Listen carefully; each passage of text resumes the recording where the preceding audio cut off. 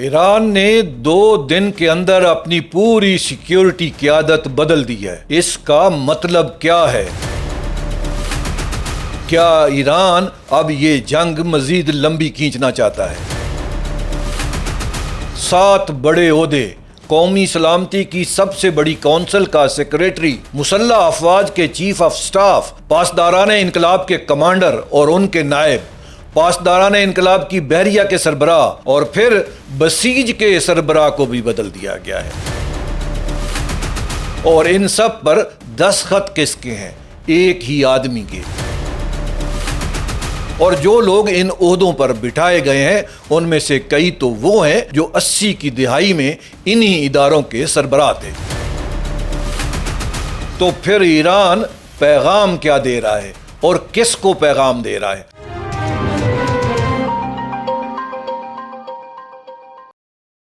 Time line میں خوش آمدید، میں ہوں اکرم نعیم بھروکا۔ جو لوگ اب فیصلہ کریں گے ان سب نے اپنی تربیت ایک ہی جنگ میں پائی تھی اور وہ جنگ 38 سال پہلے ختم ہو گئی تھی۔ 9 اگست کو محسن رضائی کو سپریم نیشنل سیکیورٹی کونسل کا سیکریٹری مقرر کیا گیا اور اس کونسل میں رہبر اعلیٰ کا نمائندہ بھی شامل ہے۔ اور اگلے دن 10 اگست کو 6 مزید تقرریاں ہوئیں۔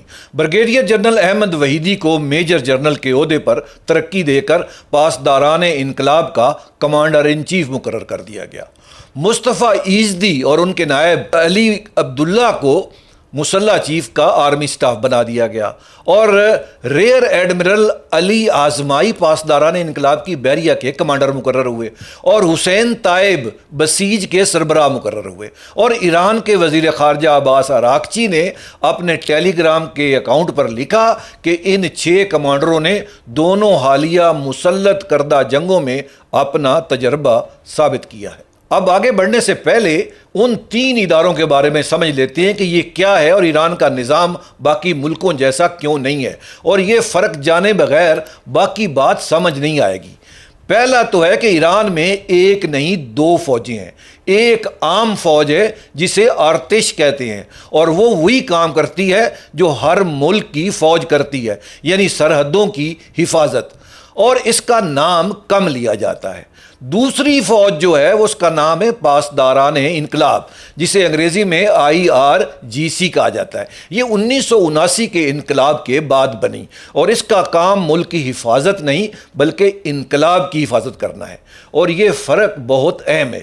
اس کے پاس اپنی زمینی فوج ہے، اپنی فضائیہ ہے، اپنی بحریہ ہے، اپنا میزائل سسٹم ہے اور اپنی انٹیلیجنس بھی ہے۔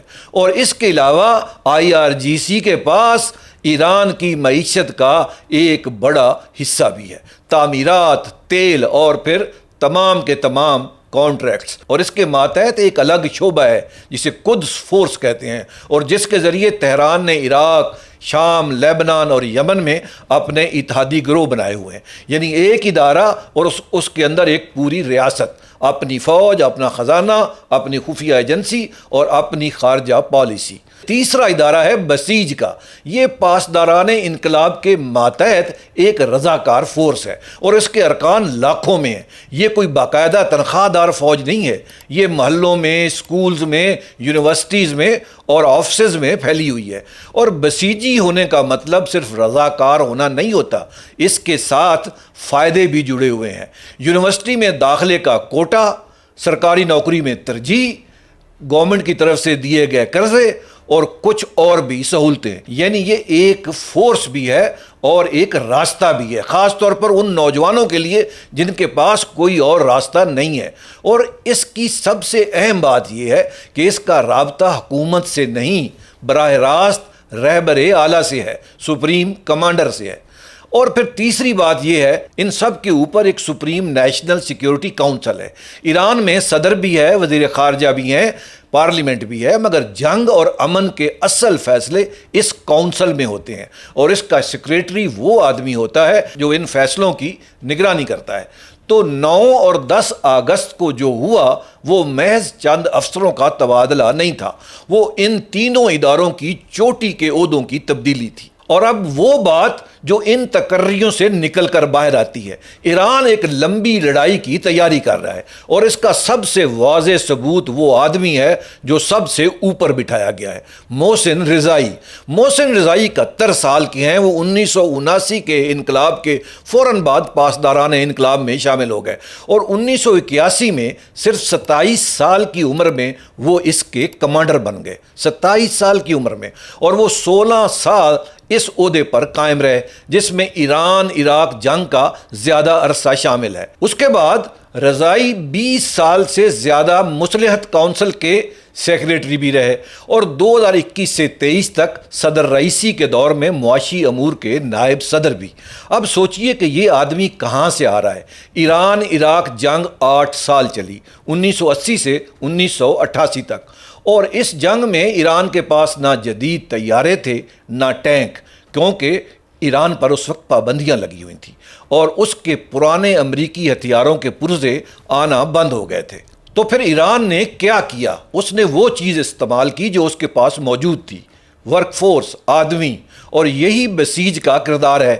اس جنگ میں بسیج کے رضاکار، جن میں نوجوان لڑکے بھی شامل تھے، بڑی تعداد میں محاذ پر بھیجے گئے۔ انہیں تربیت کم دی جاتی تھی اور تعداد پر زیادہ بھروسہ کیا جاتا تھا، اور اس جنگ میں ایران نے تقریباً 2 لاکھ سے زیادہ لوگ کھو دیے، اور کچھ اندازے اس سے بھی کہیں زیادہ ہیں۔ اور 8 سال کے بعد جب وہ جنگ ختم ہوئی، اس جگہ سے جہاں سے وہ شروع ہوئی تھی، یعنی کسی کو کچھ نہیں ملا۔ اور اس نسل کی بنیادی یاد جو ہے وہ آج بھی ایران کے سیکیورٹی نظام کے اوپر بیٹھی ہوئی ہے۔ ان کے لیے جنگ کوئی نظریہ نہیں ہے، یہ ایک گزری ہوئی چیز ہے جس میں وہ خود موجود تھے۔ یعنی بسیج ایک اندرونی فورس نہیں ہے، وہ ایران کا ایک ایسا ادارہ ہے جس سے جنگ کے لیے آدمی بھرتی کیے جاتے ہیں، اور جو آدمی آج سلامتی کونسل کے اوپر بیٹھا ہوا ہے وہ اسی جنگ میں اسی فورس کا استعمال کرنے والوں میں سے ایک تھا۔ یہ بہت بڑی انڈیکیشن ہے کہ ایران کس طرف جا رہا ہے۔ رضائی کو لانے کا مقصد یہ ہے، مطلب یہ ہے، میسج یہ ہے کہ ایران مینز بزنس۔ اور اب ہم حسین طائب کی بھی بات کرتے ہیں۔ یہاں ایک دستاویز موجود ہے۔ طائب ایک عالم دین ہے اور ایران کے سیکیورٹی نظام کا ایک پرانا نام۔ انہوں نے 2009 کے احتجاج کے دوران بسیج کی کمان سنبھالی۔ اس کے بعد وہ پاسداران انقلاب کی انٹیلیجنس کو ایک الگ ادارہ بنانے میں ان کا بڑا کردار ہے، اور انہوں نے اس کو ایک الگ ادارہ کا درجہ دیا، اور وہ اس کے پہلے سربراہ بنے، اور تقریباً 14 سال اس عہدے پر وہ قائم رہے، یہاں تک کہ جون 2022 میں اچانک ان کو ہٹا دیا گیا۔ ان پر امریکہ، کینیڈا، یورپی یونین اور برطانیہ سب نے پابندیاں لگائی ہوئی ہیں، اور اب انہیں بسیج کا سربراہ بنایا گیا ہے، اور جو حکم نامہ جاری ہوا ہے اس میں انہیں 2 کام سونپے گئے ہیں۔ پہلا کام یہ ہے کہ عوام پر مبنی انٹیلیجنس نیٹ ورک کو مضبوط کرنا، اور دوسرا اس ہدف کی طرف بڑھنا جس کے الفاظ ہیں ہر ایرانی ایک بسیجی ہے۔ اب ان 2 جملوں پر ذرا ٹھہر کے سوچتے ہیں۔ عوام پر مبنی انٹیلیجنس کا نیٹ ورک کا مطلب یہ ہے کہ خبر رکھنے کا کام سرکاری اہلکاروں سے نکل کر عام لوگوں تک پھیلا دیا گیا ہے، اور ہر ایرانی ایک بسیجی کا مطلب یہ ہوا کہ یہ نیٹ ورک پوری آبادی تک چلا جائے۔ جی ہاں، یہ جنگ کا حکم نہیں ہے، یہ نگرانی کا حکم ہے، اور یہ اس آدمی کو دیا گیا ہے جس نے یہی کام پہلے بھی کیا ہوا ہے۔ اور اب دوسری بات، اور یہ پہلی بات کو آزماتی ہے۔ اگر ایران واقعی صرف لڑنے کی تیاری کر رہا ہے تو اس کے نئے سیکریٹری کا پہلا بیان کیا تھا؟ محسن رضائی نے اپنے عہدے کے پہلے بیان میں آبنائے ہرمز کے بارے میں 4 شرطیں رکھیں۔ امریکہ جنگ ختم کرے، ناکہ بندی ختم کرے، اور ایران کے منجمد اثاثے واپس کرے، اور خطے کے بارے میں ایک معاہدے پر آئے۔ اب غور کیجئے، یہ انکار نہیں ہے، یہ قیمت ہے، اور جو آدمی قیمت بتاتا ہے وہ سودا کرنے سے انکار نہیں کر رہا ہوتا، وہ صرف سودے کی شرطیں طے کر رہا ہوتا ہے۔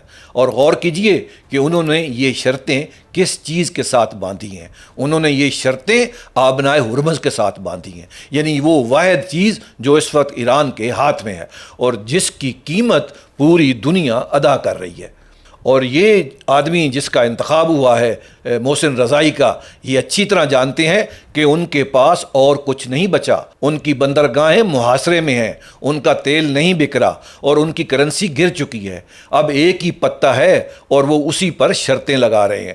تو پھر تضاد تو کوئی نہ ہوا، تضاد پوزیشن میں نہیں ہے، تضاد اس میں ہے کہ اب بولنے کا اختیار کس کے پاس ہے۔ اور یہ سمجھنے کے لیے دیکھتے ہیں کہ محسن رضائی سے پہلے اس کرسی پر کون بیٹھا ہوا تھا۔ ان کا نام تھا محمد باقر ذوالقدر، اور خبروں کے مطابق انہوں نے اپنا استعفیٰ صدر مسعود پزشکیان کو پیش کیا تھا۔ ریڈیو فری یورپ نے ایرانی تجزیہ کاروں کے حوالے سے لکھا کہ ان کی رخصتی دراصل سخت گیر فوجی قیادت کی طرف سے صدر پزشکیان اور ان کے مذاکرات کاروں کو کمزور کرنے کی کوشش تھی، اور یہ بھی واضح کرنے کے لیے ایک کوشش تھی کہ جون کی مفاہمتی یادداشت کو رہبر اعلیٰ کی حمایت حاصل نہیں تھی، اور امریکہ کے ساتھ جو بات چیت چل رہی ہے وہ اب تک پارلیمنٹ کے اسپیکر محمد باقر کالیباف کر رہے ہیں، جنہیں نسبتاً کم سخت گیر سمجھا جاتا ہے۔ تو پھر تصویر یہ بنتی ہے کہ ایک صدر ہے جس کے پاس استعفیٰ آیا، ایک اسپیکر ہیں جو بات چیت کر رہے ہیں، بات چیت کو ہیڈ کر رہے ہیں، اور اب ان دونوں کے اوپر رہبر اعلیٰ کا اپنا نمائندہ بھی بٹھا دیا گیا ہے۔ اور اب ایک اور بات، اور یہاں دو مختلف چیزیں ہیں جو میں آپ کو اکٹھا کر کے بتانا چاہتا ہوں، دونوں سننے کے قابل ہیں۔ سوال یہ ہے کہ کیا رضائی، طائب اور وحیدی کی یہ تینوں تقرریاں ہوئیں کیوں؟ پہلا جواب ہے کہ رہبری کی قلت ہے، یہ اس لیے چنے گئے ہیں کہ کوئی بچا ہی نہیں ہے۔ ذرا دیکھیے کہ وحیدی کس کی جگہ پہ آئے ہیں، محمد پاکپور کی جگہ پہ، اور جو فروری کے آخر میں جنگ کے پہلے دنوں میں مارے گئے تھے، اور ان سے پہلے حسین سلامی بھی اسرائیلی حملوں میں شہید ہو چکے تھے۔ یعنی جو نسل ان عہدوں پر آئی تھی اس کا بڑا حصہ ختم کر دیا گیا، اور یہ سمجھ لینا بھی بڑا ضروری ہے کہ کسی ادارے کے لیے اس کا مطلب کیا ہوتا ہے۔ کوئی بھی فوج ایک سیڑھی کی طرح ہوتی ہے، اوپر والا جب جاتا ہے تو نیچے والا خود بخود اوپر آ جاتا ہے، اور یہ عمل برسوں میں تیار ہوتا ہے، اور ہر جگہ پہ یہی عمل دہرایا جاتا ہے۔ اور جب اوپر کے کئی درجے ایک ساتھ ختم ہو جائیں تو پھر دو راستے بچتے ہیں، یا تو بہت جونیئر لوگوں کو اچانک اوپر لے آئیں، یا ان لوگوں کو واپس بلا لیں جو ریٹائر ہو چکے ہیں یا وہ اتنے ایکٹیو نہیں ہیں۔ ایران نے دوسرا راستہ چنا ہے۔ یہ لوگ وفادار ہیں، یہ لوگ انقلاب کے وفادار ہیں، اور دوسرا اس میں یہ بھی ہے کہ ایک پیغام بھی دیا گیا ہے۔ یہ تینوں اسی لیے سلیکٹ کیے گئے ہیں کہ ان کے نام سنتے ہی واشنگٹن کو سب کچھ سمجھ آ جائے کہ اب معاملہ خطرناک ہے۔ احمد وحیدی پاسبان کے ابتدائی انٹیلیجنس دور میں بیرونی کارروائیوں کے شعبے سے اوپر آئے، یعنی وہ اس شعبے سے آتے ہیں جو ایران سے باہر کام کرتا ہے۔ اس کے بعد وہ وزیر دفاع بھی رہے اور پھر وزیر داخلہ بھی رہے، یعنی وہ عہدہ جس کے ماتحت ملک کی پولیس بھی آتی ہے، اور ان کا نام پچھلے مارچ سے جنگی فیصلوں کے مرکز کے قریب سنا جا رہا تھا۔ 10 اگست کو صرف اسے کاغذ پر لکھ دیا گیا۔ اب ہم حسین طائب کی بات کرتے ہیں۔ حسین طائب پر 4 مغربی حکومتوں کی پابندیاں ہیں، اور محسن رضائی وہ آدمی ہیں جن کا چہرہ ایرانی ٹیلی ویژن پر 4 دہائیوں سے نظر آ رہا ہے۔ یعنی اگر آپ کسی کو یہ میسج دینا چاہیں تو آپ نئے نام نہیں چنتے، آپ وہ نام چنتے ہیں جو پہلے سے ہی فائلز میں موجود ہیں، جس سے امریکہ اور اس کے اتحادی پہلے سے ڈرتے ہیں، وہ خائف ہیں ان ناموں سے، اور یہ نام اب استعمال کیے جا رہے ہیں۔ ایک تجزیہ کار نے تو یہ بھی کہا کہ یہ تقرریاں اس بات کی علامت ہیں کہ ایران سمجھتا ہے کہ وہ آنے والے عرصے میں جنگی حالت میں رہے گا، اور میں ان دونوں جوابوں میں سے کوئی ایک چنوں گا نہیں، کیونکہ میں دونوں کا حامی ہوں۔ یہ ایران نے ایک بہت زبردست کوشش کی ہے اپنا میسج پہنچانے کی۔ اور اب میں آتا ہوں اپنے تجزیے کی طرف۔ یہ میرا تجزیہ جو ہے یہ میری اپنی ذاتی رائے ہے، اور آپ اس سے اختلاف کر سکتے ہیں۔ پہلی بات تو یہ ہے، اور یہ سب سے بڑی بات ہے، ان 7 تقرریوں پر دستخط کس کے ہیں؟ ان پر مجتبیٰ خامنہئی کے دستخط ہیں، اور ان کی جو حیثیت ہے اس کے بارے میں باہر کی دنیا کو یقین سے ابھی تک کچھ معلوم نہیں ہے۔ وہ ٹیلی ویژن پر نہیں آئے، پبلک میں نہیں آئے، تو ان کے بارے میں بڑی قیاس رائیاں چلتی رہتی ہیں۔ جن اداروں نے اس خبر پر تجزیے لکھے ہیں ان میں سے ایک نے صاف لکھا کہ ان کی حیثیت اور حکومت کرنے کی صلاحیت دونوں ابھی غیر واضح ہیں، یعنی ایران میں جانشینی کا معاملہ ہو چکا ہے یا ہو رہا ہے، اس کی شکل اب باہر سے تو دکھائی نہیں دیتی۔ اور میری رائے میں یہ جو تقرریاں ہیں یہ بڑی درست تقرریاں ہیں۔ یہ تقرریاں امریکہ کے بارے میں ہیں، اور یہ تقرریاں ایک نئے سپریم لیڈر کی اپنی حیثیت مضبوط کرنے کی بھی ایک کوشش ہے۔ وہ نئے اور تجربہ کار لوگوں کو نہیں چن رہے، وہ جانتے ہیں کہ کن لوگوں کو چننا ہے، جن کی وفاداری دہائیوں پہلے آزمائی جا چکی ہو۔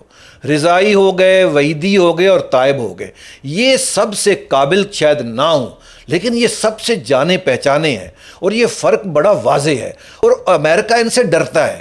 دوسری بات ہے، پچھلے 6 مہینے سے دنیا ایران سے 2 آدمیوں کے ذریعے بات چیت کر رہی تھی، صدر پزشکیان جو نسبتاً نرم خو سمجھے جاتے ہیں، اور اسپیکر کالباف جو مذاکرات کر رہے ہیں۔ اب ان دونوں کے اوپر ایک تیسرا آدمی بھی بٹھا دیا گیا ہے، وہ صرف راہبر اعلیٰ کا نمائندہ ہے۔ میری رائے میں اس کا مطلب یہ ہے کہ واشنگٹن اب تک غلط کرسی سے بات کر رہا تھا، اور یہ ایران کی کوئی نئی چال نہیں ہے، یہ ایران کا وہ نظام ہے جو اب انگڑائی لے کے اپنی اصل حقیقت میں سامنے آ رہا ہے، وہ اب لڑنا چاہتا ہے۔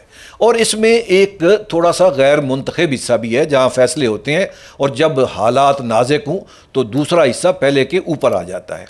میری تیسری رائے یہ ہے، اور مجھے یہ فکر مند بھی کرتی ہے، جو تینوں آدمی اب فیصلہ کریں گے ان کی تربیت ایک ایسی جنگ میں ہوئی تھی جو انسانوں سے لڑی گئی تھی۔